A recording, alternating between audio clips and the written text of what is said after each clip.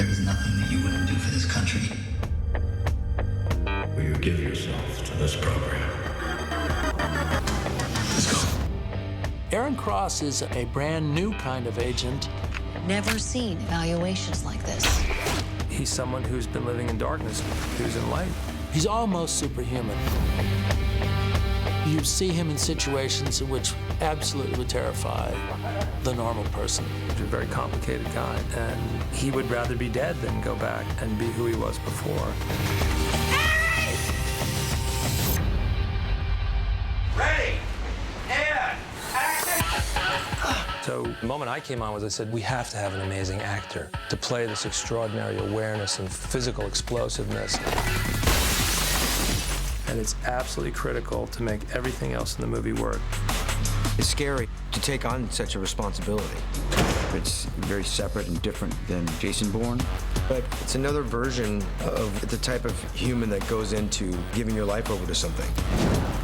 I don't know those experiences, but I know what it means to commit to something. So that's how I sort of dug into him initially.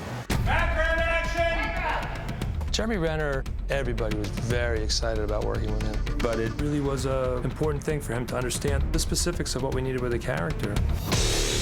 When you first meet Aaron Cross in Alaska, to have him on kind of a refresher training mission. I wasn't expecting you so soon. I think number 3 has some idea of who he is. It's the first time he talks to somebody else, and you start to see his personality right away. You're not a contact, are you? You ask too many questions. All of these guys have idiosyncrasies that are different from each other, but Aaron Cross knows exactly who he is, exactly how he operates. And action! He's able to sort of operate on his feet in a way that a typical Treadstone agent might not have had to do.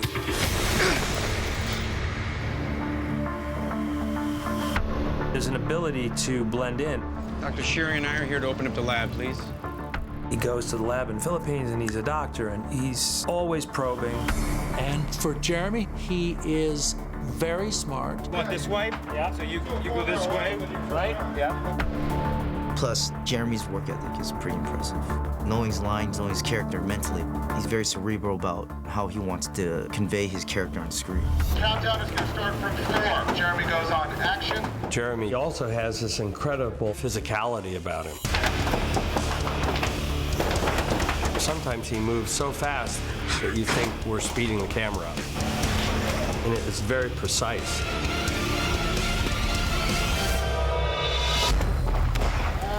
Cut! Jeremy, you okay? Yep. I actually was lucky enough because of all the fight coordinators and the stunt coordinators and the second unit director, Dan Bradley, and a lot of the same guys. The 3 movies I did right prior, back to back to back, so it's seamless.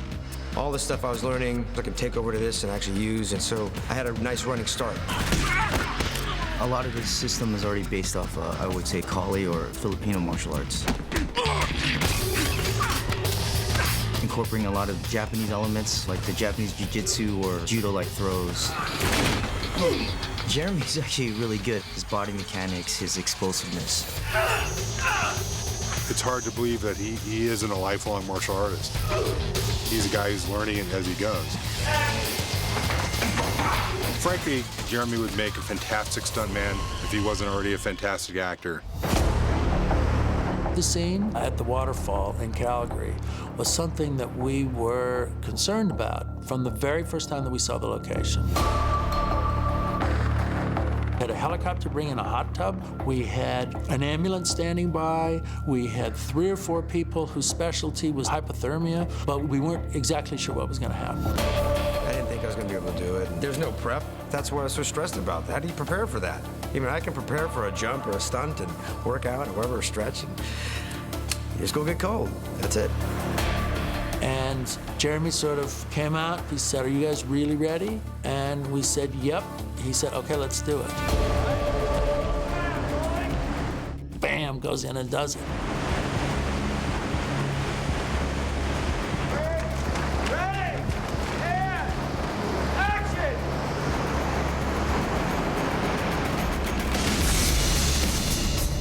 It wasn't freezing because the water is rushing, you know, so regardless, cold's cold. But once I did it, I was like, okay. I mean, don't get me wrong, I'm not jumping in the water again. But I'm glad I did it. I mean, ice was forming on his beard by the time he walked 30 yards up to the fire. He was really tough.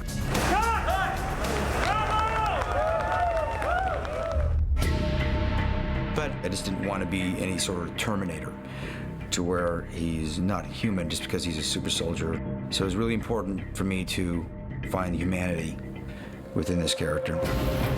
The outcome program, I think one of the unintended circumstances is there's an emotional component that they can't control. There's emotional noise in outcome agents. They have feelings about things. What's your name? Kenneth Kitson. The very first stuff that we shot was the Kenny Kitson stuff with him. And Jeremy, everyone knows he's an amazing actor. But we start shooting and you're wondering, is he a movie star? Is he gonna fill the frame? Is he the guy you wanna be? Is this a test? Yes, it is. And within a take, we literally were all looking around at each other on set like, wow.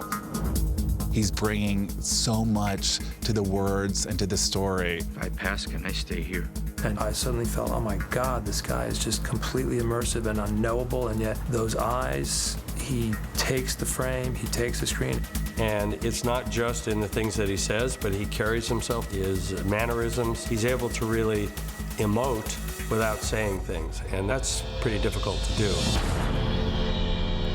Jeremy's very free and loose and pretty wild. I've loved every minute opposite him. In the end, Jeremy Renner has the perfect combination of integrity, acting ability, and physical commitment. And it was just a really remarkable thing to be party to watching him inhabit this bigger place on the stage. This is your crew, this is your movie. This is your time now to do this. And to watch somebody step up, it's really cool to be part of that.